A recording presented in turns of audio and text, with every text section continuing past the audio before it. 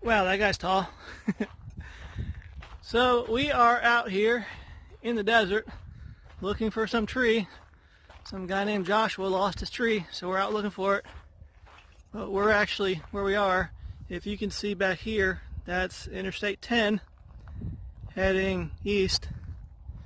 And I don't know if you can see all these spots out here, but those are all BLM. That's all BLM land, 14-day free camping.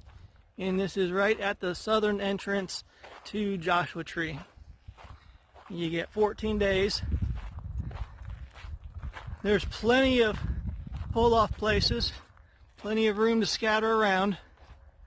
You won't have neighbors right on top of you, but there aren't a lot of trees, so you can't run around naked without people seeing you. But this is where we are. Whole bunch of 14-day free camping. Tomorrow, we're supposed to drive up that way and look for his tree.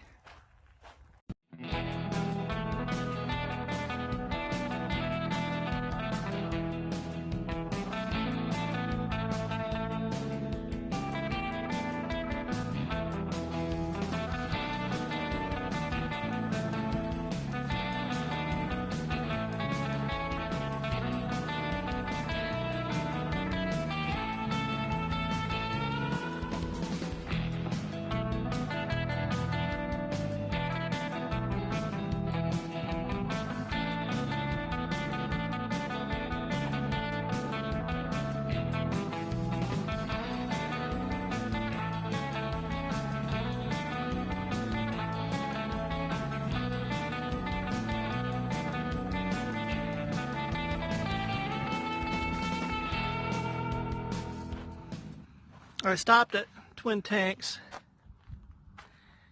This is headed up north. I came in from the south. And it says, "You are here." I haven't seen any tanks, but I thought I'd go over here and look, see what this Arch Rock Nature Trail is.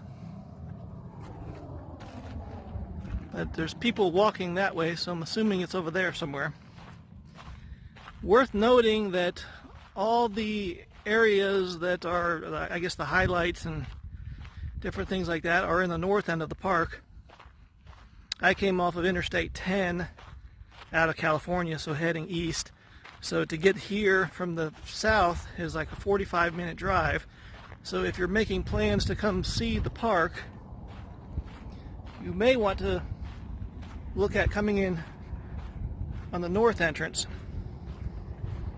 Could be a little quicker. It all depends where you're at, where you're going, where you're coming from. I've headed south a couple hundred feet from the Twin Tanks parking area and come across a sign here leading us across where these cones are. It's not well marked from the actual parking area, so you kind of have to just kind of walk off and look and see where other people are. But if there weren't other people, it would have you questioning a little bit where the trail is.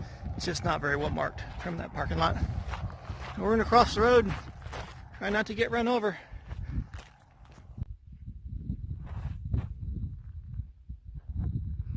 If anyone sees Josh and wants to let him know that I found his tree, I found it. Well, the crow thought that was funny, as long as someone's laughing. So the arch on the right of this rock is what we're actually looking for on this trail. We will walk up to it. It's a little bit challenging, might take a second, so I'll set you down and get back with you. It's right up there.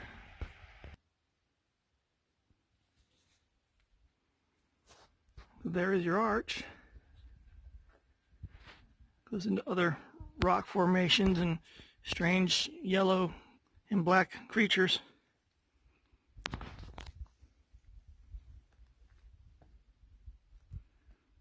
There is a campground right here. It's a pay campground.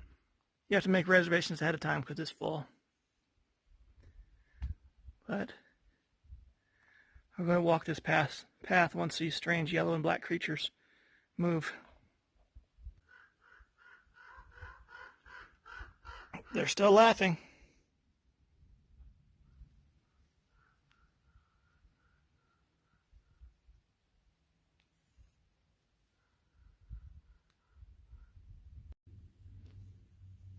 you can walk all through these crevices,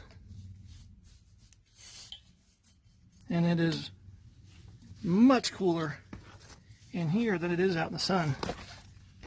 It's nice reprieve. Some of these do get a little narrow.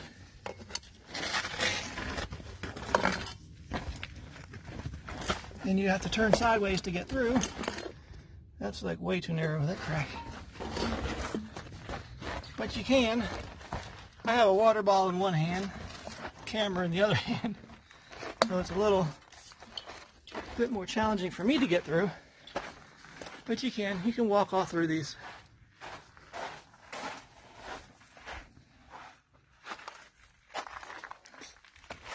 All kinds of nooks and crannies that you can travel through. I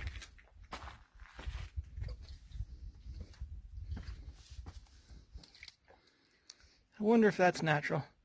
That doesn't look natural.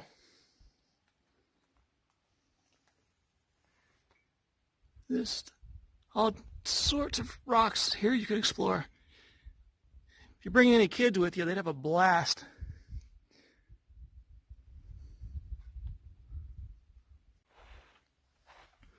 It's an evergreen tucked away in here with berries.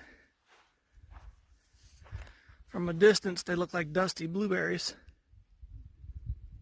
Obviously, they're not. I'm not going to eat them. But yeah, you wipe that off the green underneath. There's a happy plant there. I'm sure that's a meal for somebody. Just not me. We have a few Joshua tree here. You see there's seed up at the top. But they have these thorny quills, whatever you call them, and they go down and die out. And then you get towards the bottom and you actually have a bark. Like a tree. The top is sort of similar to a Spanish bayonet, I believe they'd be called. But it actually does come down to bark at the bottom of the tree.